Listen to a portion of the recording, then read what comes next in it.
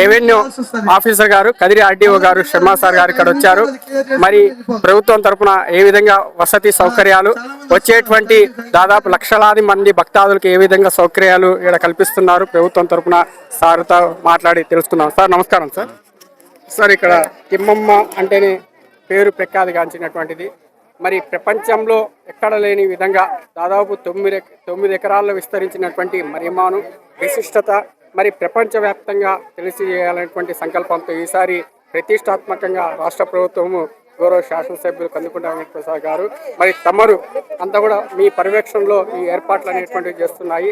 వచ్చేటువంటి భక్తాదులకి ఏ విధంగా దర్శన సౌకర్యము, భోజన సదుపాయాలు, అలాగే ఇక్కడికి వచ్చేటువంటి ఈషా టెంపుల్ ఆధ్వర్యంలో ఏ విధంగా సౌకర్య ఏర్పాట్లు చేస్తున్నారు?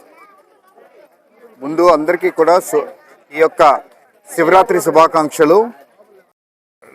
చెప్పండి. నమస్తే అండి.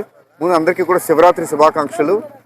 ఈరోజు మన కదిరికి సంబంధించిన వరకు కూడా ఎన్పి కుంటలో ఏదైతే తిమ్మమ్మ మరియమ్మను ఉన్నదో ఇక్కడ ఈ ఉత్సవాలు అనేవి ఈరోజు శివరాత్రి ఉత్సవాలతో నిన్నే మనకి మన గౌరవనీయులైన ఎమ్మెల్యే గారు కందికొంట వెంకటప్రసాద్ సారు ప్రారంభించారు. అందులో భాగంగా రాష్ట్ర ప్రభుత్వం వారి యొక్క ఆదేశాల ప్రకారము మరియు జిల్లా యంత్రాంగము మన కలెక్టర్ గారు వీళ్ళు చెప్పిన ప్రకారము ఇక్కడ ఏర్పాట్లు, అలాగే ఇక్కడ ప్రజల యొక్క మనోభావాలు, ఈ యొక్క శివరాత్రి ఉత్సవాల యొక్క జరిగే విధానాలు అన్నిటిపైనప్పుడు పర్యవేక్షిస్తున్నాం. నేను, డిఎస్పీ గారు, పంచాయతీరాజ్ ఆఫీసర్సు, అలాగే హెల్త్, అలాగే మన ముఖ్యంగా ఫారెస్ట్ డిపార్ట్మెంటు, అలాగే రెగ్యులర్గా ఈ ఎన్ని రకాలైన ఉన్నా సరే అవంతరాలు ఉన్నప్పటికీ కూడా ప్రజలకి ఒక మంచి టూరిజం ఇవ్వాలని, టెంపుల్ టూరిజం లాంటి వివరాలు ఇవ్వాలనే ఉద్దేశంతో రాష్ట్ర ప్రభుత్వం యొక్క పిలుపు మేరకు రాత్రి మన ఎమ్మెల్యే గారు అయితే ఒక పక్కన హౌస్ అవుతున్నది. అయినప్పటికీ కూడా ఈ యొక్క ప్రోగ్రాంలో వీళ్ళ మనోభావాలకి ఇక్కడున్న ప్రతిష్టతని, ప్రాశస్తిని అందరికీ తెలియజేయాలనే ఉద్దేశంతో ఏర్పాటు చేసిన ఈ కార్యక్రమాలకి ఈసా యొక్క ఈ ఫౌండేషన్ వాళ్ళు కూడా మంచి సపోర్ట్ ఇవ్వడము, నిన్న జరిగిన సాంస్కృతిక కార్యక్రమాలు కూడా ఎంతోమంది ప్రజలు వీక్షించారు.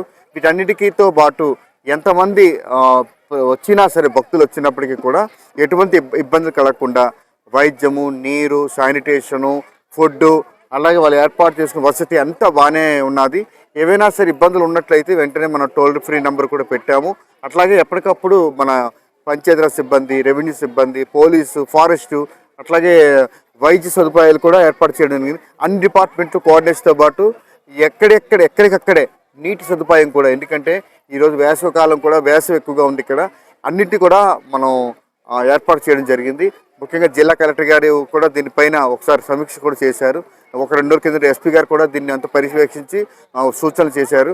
ఇక్కడ మన జిల్లా యంత్రాంగము, లోకల్ ఎమ్మెల్యే గారు, అలాగే మన యొక్క ప్రజల యొక్క ఆలోచన విధానం ప్రకారమే ఈరోజు పండుగని సక్రమంగా జరుపుకుంటున్నాము. అందరికీ మరొకసారి శుభాకాంక్షలు. మీరు మీ సారథ్యంలో, కలెక్టర్ గారి యొక్క సారథ్యంలో గతంలో కూడా యోగి వేమన గారి యొక్క జయంతి ఉత్సవాలు రాష్ట్ర పండుగగా చేశారు. ఆ విధంగానే కదిరి నియోజకవర్గంలో ఆధ్యాత్మిక ప్రదేశం, హిస్టారికల్ ప్రదేశం, దైవాత్మికమైనటువంటి ప్రదేశం. ఈ ప్రదేశంలో ఓవైపు శ్రీమద్ కాద్రి లక్ష్మీ నరసింహస్వామి దేవస్థానం, మరోవైపు తిమ్మమ్మ మరియమ్మను, మరోవైపు విశ్వకవి యోగి వేమన గారి యొక్క సమాధి.